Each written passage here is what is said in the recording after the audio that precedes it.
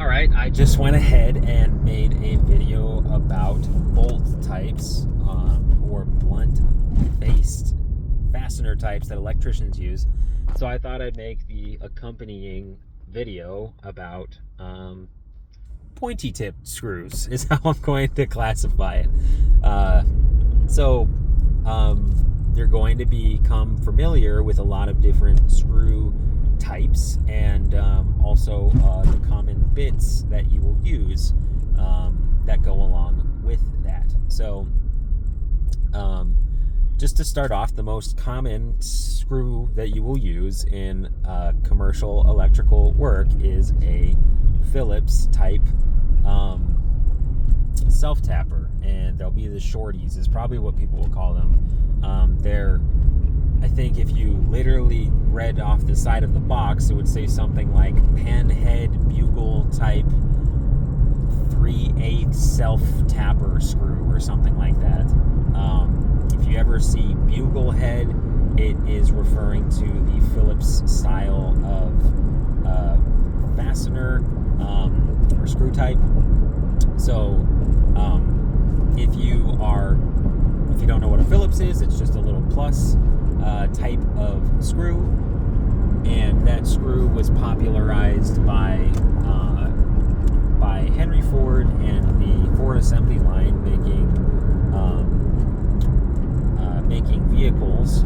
I also heard that it was something that came about from aircraft carrier manufacturers, for particularly when that stuff started coming around, which is around World War II.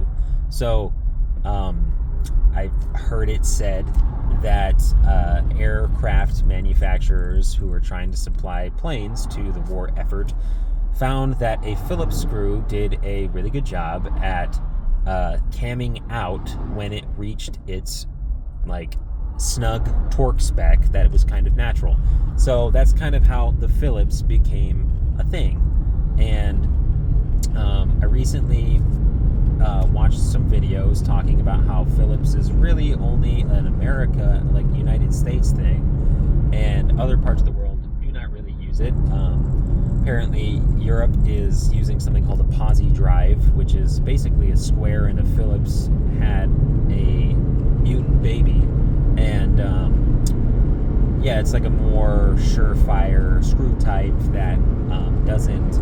If you've ever used a Phillips, you know that sort of plus that I mentioned earlier, that the screw cams out before, right as it's about to reach its torque spec. That sounded great, but if you've ever worked with a Phillips and you've had to do anything past screwing something in and out more than one time, you know the bane of your existence that is working with a Phillips screw. So they strip out super quick, and let's say you have a one-hole strap that you installed and you have to take off an MC because it actually doesn't go there, and then you have to install it again. Chances are that self-tapper is maybe going to have 2 or 3 more screws left in it if it's a good one, and a very high quality make of that screw. But it's very common that those things will just strip out, and that's true of Phillips in general. So some people would joke that you didn't do something if you didn't do it twice in electrical, but the downside of that is that screws can strip out very easily if there is regular or more than one time that this screw has been turned, especially with long fasteners. So that's a self-tapper. That's a very common screw that you will get. So you can also have long self-tappers. Like I said, it would typically be called long and short. But a long is usually 1.5 inches. Sometimes you'll get 2-inch self-tappers. Your screw might give you 1/4 inch head self-tappers, and those are the same thing as a self-tapper. It's got a basically drill bit at the end of the screw to to drill out the metal material and make a nice little home for the screw to sit in. But it's got a hex head that is a 1/4 inch wide, opposite end to opposite end. So that is a very common neck size that you'll see. You can see that in short or long. Personally, I'm not a fan of 1/4 inch stuff for self tappers. I think if you have a nut driver, it's just asking to wobble out of the nut driver that you have to drive that screw into the metal stud. I'm not a fan of them, but Phillips, if I see a Phillips panhead, I typically go for those. So so those are self tapper types you'll commonly see. Those are for metal to those are for metal applications. You'll also see yourself in wood framing as well in commercial spaces. You might find yourself in, like, I don't know, let's say you're in like a restaurant and they have, maybe there was like a shortage on metal and they used wood. Like I think we did a Taco Bell recently and they had wood framing in there. I mean, it was just the choice of the builder. It's not uncommon. It's not like crazy that you could find a warehouse that has like prefabricated wood trusses or something, and you're running racks on wood trusses, and so then you use like wood sammies instead of like metal self-tapper sammies or concrete sammies. I guess I'll get into that more later, but yeah, so the most common screw types that you'll use as an electrician are self-tappers. And these are like the self-drilling type. So they're self-drilling, like I said, it's basically like a drill bit built into a screw so that it's like all in one. And so you'll use the bejesus out of short Phillips self-tapper screws. So those are something you'll use all the time. After that, other like screw types that you'll have are wood application screws. So they just call wood screws. If you're not framing like something structural, your wood screw is going to be called a drywall screw. And so like from Dottie, you'll get a box, like a little square cube box, and it'll be, you'll have short or you'll have long. So again, I think it's like 7/8 is the short, or it's 7/8 for the short ones, and that's like you could throw up a 4S box with that and screw it to a stud. That's what that would get you there. But if you, let's say you are drilling you're trying to support a conduit onto a drywall face, and you found a stud, and then you go and you need to drill through the sheetrock and still have enough screw to reach the metal or to reach the wood stud. So in that situation, you need to have a long wood screw, or not a wood screw, but like a drywall screw is probably what everyone would call them. So in that scenario, you need like an 1.5 or 2-inch wood screw. Be careful with 2-inch wood screws, because a lot of the times there's so much torque to drill through that stud that it can break the head off of a wood screw. So just keep that in mind. Sometimes I cut down my wood screws because there is so much torque that occurs on the neck of the screw as you're driving it into a hole that's not pre-drilled. So either, if you want that full 2-inch screw to make it all the way into the 3.5-inch stud, you can totally do that. You might just want to consider drilling, pre-drilling your hole a little bit. That's probably an absurd thing to say, but I mean, I've had it done before where all we had was 2-inch wood screws, because we all chewed up the 7/8 ones, and then you had to cut down every single fastener, and I was like, oh my god, this is just, they just had to get it done. So you could either, potentially wear out your alignments from cutting, 60 screws, or you could pre-drill your hole. If you value your alignment, having a nice sharp cutting edge and not cutting really hard, almost tool steel grade metal, you might consider pre-drilling. So, and that's the thing in electrical in general. Like you're gonna do things that you're gonna have a workflow that is centered around not just getting it done, but like making sure that your tools last. But that's beside the point. Those are wood screws or drywall screws, people will call them. And then I guess just in terms of size, the next thing you'll probably use is like drywall anchors, and there's a large variety that these will come in. If you are working with masonry, like if you're working with like brick block or something, or like I guess it's not really as common in the States, but if you were, for instance, working with like brick, you'd probably use these plastic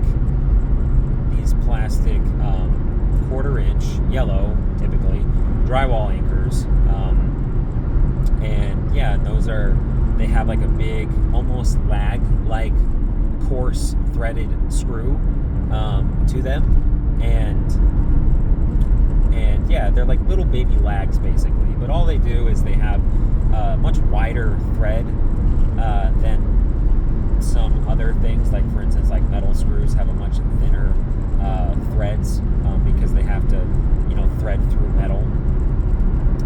And in the case of wood, they have pretty coarse threads too, like wide threads, so that they can grip into the wood grain easier.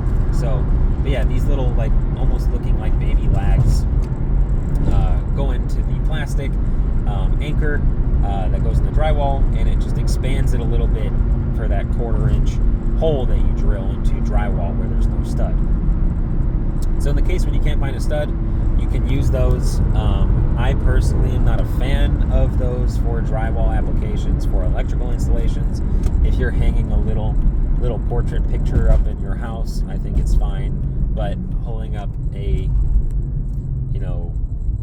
5 to 10 pound conduit that's really long and is going to get pulled through, more importantly, someone's going to be pulling potentially with all their might through this conduit and through bend angles and stuff. And if you think about that tension that's created from sending a fish tape through, let's say the fish tape's not going very easy and you're pushing on it, that force could potentially rip the drywall anchor out of the drywall. Like at the end of the day, it's just a little plastic thing that you drill out a hole for, and it's not like drywall is not structural at the end, just to keep in mind. So if drywall is not structural, then if there's any like lateral action that's going to happen as a result of your wire pull or what have you, don't use that for that purpose. I think I've seen someone do a wire pull before, and they didn't have any of these things. Metal drywall anchors, they go by a different name. They call them pig dicks. I don't know why that caught on. Electrical has a strange fascination with naming things after body parts. It's kind of ridiculous how often it happens.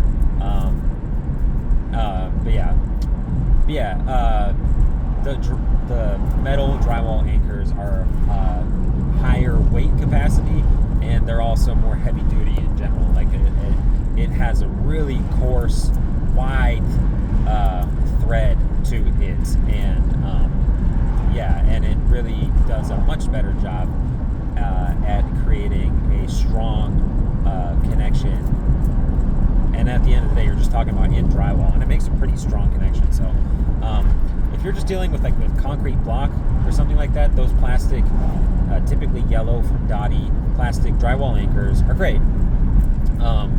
But if you're dealing with like something that's not as like once you drill out the hole and you put that plastic anchor in, and then you thread the screw into that hole, like the chances of block like breaking apart is much less than, for instance, drywall, which is just compacted dust at the end of the day. So so the next gradation, I guess, up from drywall anchor to metal drywall anchor is probably toggle bolt There's definitely a bunch of other ones that are in between. For instance, they make plastic pig dicks, but they're not as common. They strip out a lot easier. But the next one up is a toggle bolt. Some people will call them like butterflies. And but yeah, a toggle bolt is basically, they're kind of a headache sometimes. If you are ever using a toggle bolt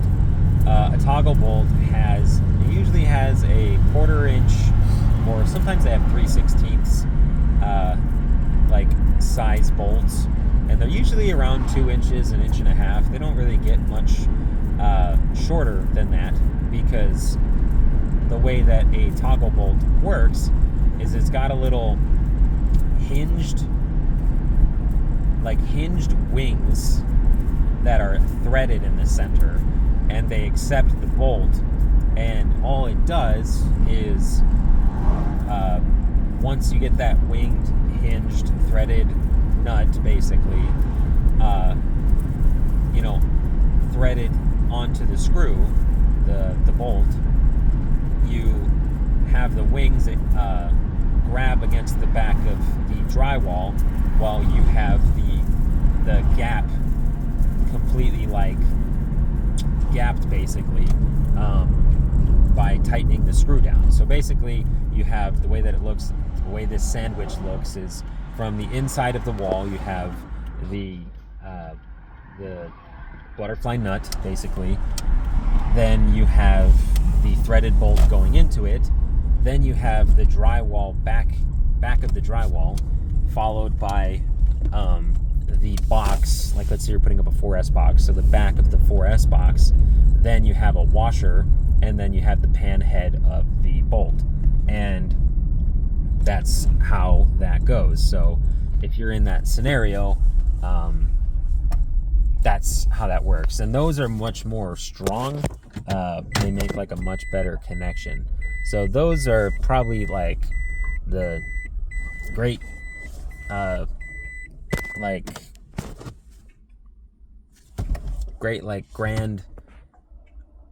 grandest drywall anchor that you use. Like, pig dicks are great, but like toggle bolts that's like a sure connection.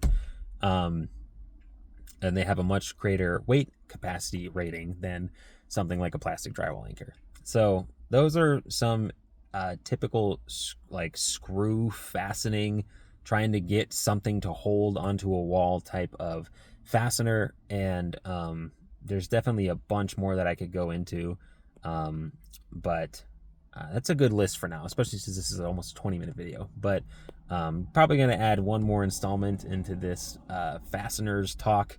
But yeah, that's typically how that goes. I'll catch you all in the next one.